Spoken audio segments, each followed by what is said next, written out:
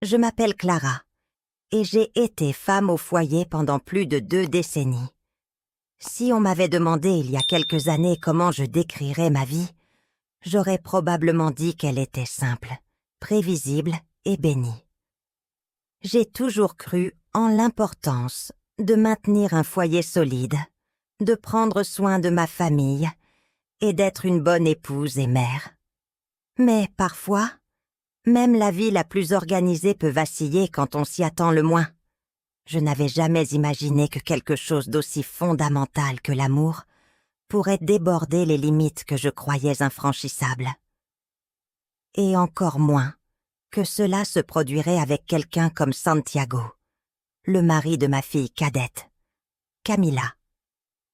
Avant de continuer, pour en savoir plus sur les expériences quotidiennes et même des moments qui ont marqué la vie de ces dames, abonne-toi pour ne manquer aucune histoire et donne un like à cette vidéo pour nous soutenir. Nous t'attendons à chaque nouvel épisode. Maintenant, continuons. Tout a commencé par de petites choses, des gestes quotidiens que je n'avais jamais vus venir, comme des signes de quelque chose de plus grand. Santiago était un homme attentionné, gentil et toujours prêt à aider. Depuis le jour où Camila nous l'a présenté, nous l'avons accepté comme l'un des nôtres. Sa personnalité légère illuminait n'importe quelle pièce, et la façon dont il traitait Camila me remplissait de fierté. Quand ils se sont mariés, Santiago a commencé à nous rendre visite fréquemment, surtout lorsque Camila avait de longues journées de travail à l'hôpital. Parfois, il arrivait tôt pour m'accompagner faire les courses ou simplement partager un café. « Je ne veux pas que tu te sentes seule, Clara », disait-il avec un sourire. Au début, ses paroles me semblaient un geste innocent, un reflet de sa nature généreuse. Mais rapidement, ces moments ont commencé à avoir une signification différente. Il y avait quelque chose dans la façon dont il me regardait, comme si nos conversations étaient plus profondes que ce que les mots laissaient entendre. Et bien que j'essayais de l'ignorer, je me suis retrouvée à attendre ses visites, avec une émotion que je n'aurais pas dû ressentir. Il y a eu un après-midi qui a marqué un point de non-retour. C'était un jour de pluie, et Santiago est arrivé trempé chez nous après un problème avec sa voiture. Je lui ai offert une serviette et une tasse de thé chaud. Pendant qu'il se séchait, nos mains se sont frôlées, et quelque chose dans son regard m'a arrêtée. Ce fut un instant bref, mais suffisant pour changer la dynamique entre nous.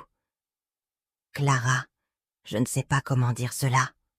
Commença-t-il, mais je l'ai interrompu. « Ne le dis pas, Santiago, » répondis-je, sentant que ma voix tremblait.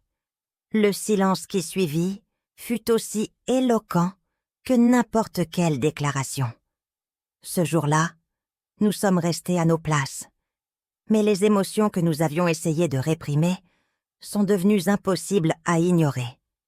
Ce qui suivit fut un chapitre de ma vie que je n'avais jamais imaginé écrire.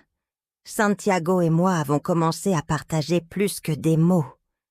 Nous partagions des secrets, des regards furtifs et une connexion que nous ne pouvions pas expliquer.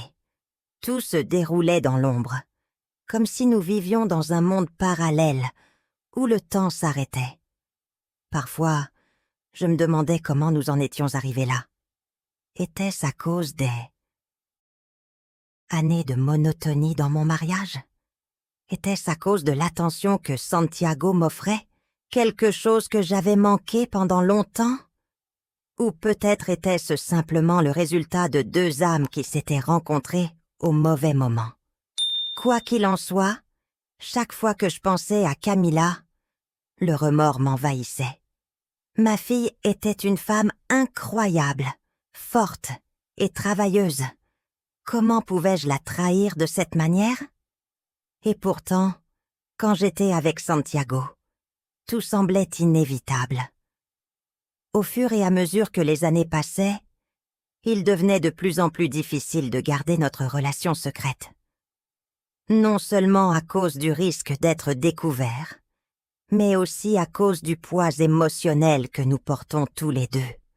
Chaque rencontre était teintée de culpabilité, surtout pour moi.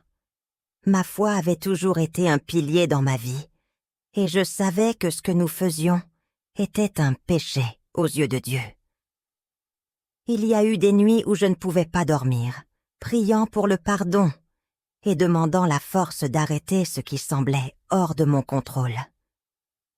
Santiago luttait aussi avec sa propre conscience. Plus d'une fois, il m'a dit qu'il ne voulait pas blesser Camila ni notre famille. « Clara, cela ne peut pas continuer », m'a-t-il dit une nuit, sa voix pleine de douleur. « J'aime Camila et je ne veux pas la perdre. » « Je sais, Santiago. Moi non plus, je ne peux plus continuer ainsi. » Répondis-je, sentant mon cœur se briser. Ce fut une longue conversation, pleine de larmes et de silence. Nous avons décidé que le mieux était de mettre fin à notre relation, non seulement pour le bien-être de notre famille, mais aussi pour notre propre paix intérieure. Nous savions que ce que nous avions fait était mal, et bien que nos sentiments étaient réels, ils ne pouvaient pas justifier nos actions. Le processus de séparation fut dévastateur.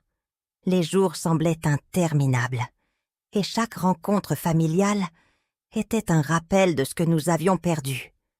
Mais c'était aussi un soulagement, une opportunité de nous racheter et de reconstruire nos vies sur la base de l'honnêteté.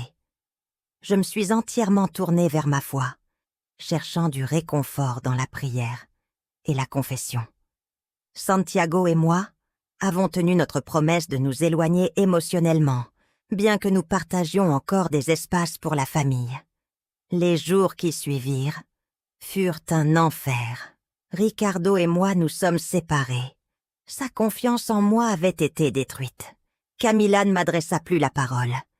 Et bien que Santiago ait tenté de reconstruire sa relation avec elle, il était évident que les choses ne seraient jamais les mêmes. Je me suis complètement tournée vers ma foi, cherchant du réconfort en Dieu et priant pour la rédemption. Mais même dans mes prières, le poids de ma culpabilité était toujours présent. Les conséquences de nos actions avaient été dévastatrices. Et bien que Santiago et moi ne soyons plus ensemble, les dégâts que nous avons causés perdureraient pour toujours. Aujourd'hui, des années plus tard, je vis dans une maison plus petite, seule avec mes pensées et les cicatrices de ce qui s'est passé. La relation avec ma fille est encore distante, bien que de temps en temps je reçoive des messages brefs de sa part. Ricardo n'est jamais revenu, et je ne le blâme pas. Quant à Santiago, je ne l'ai pas revu depuis que nous avons cessé de nous parler. Parfois, je me demande s'il y a une rédemption pour quelqu'un comme moi, quelqu'un qui a trahi tout ce qu'il avait juré de protéger. Mais ce que je sais, c'est que cette expérience m'a appris à quel point les décisions prises sous l'effet du désir et de la solitude peuvent être destructrices. Mon plus grand espoir est qu'un jour, je puisse trouver le pardon, tant de ma famille que de moi-même. En attendant, je continue, consciente que chaque action a un prix et que le véritable amour ne peut jamais fleurir aux dépens de la souffrance des autres. J'ai appris que personne n'est à l'abri de tomber et qu'il y a toujours une opportunité de se racheter, même dans les moments les plus sombres. Maintenant, je consacre mon temps à renforcer ma relation avec mon mari, à qui je dois plus que ce que je peux exprimer. Et bien que mon cœur porte des cicatrices, je sais que chacune d'elles m'a transformée en une femme plus forte et plus consciente de mes choix. Je prie pour que Santiago ait aussi trouvé la paix, et pour que notre famille ne souffre jamais des décisions que nous avons prises en secret. Parfois, l'amour peut nous emmener sur des chemins que nous ne comprenons pas. Mais au final, c'est notre foi et nos actions qui déterminent qui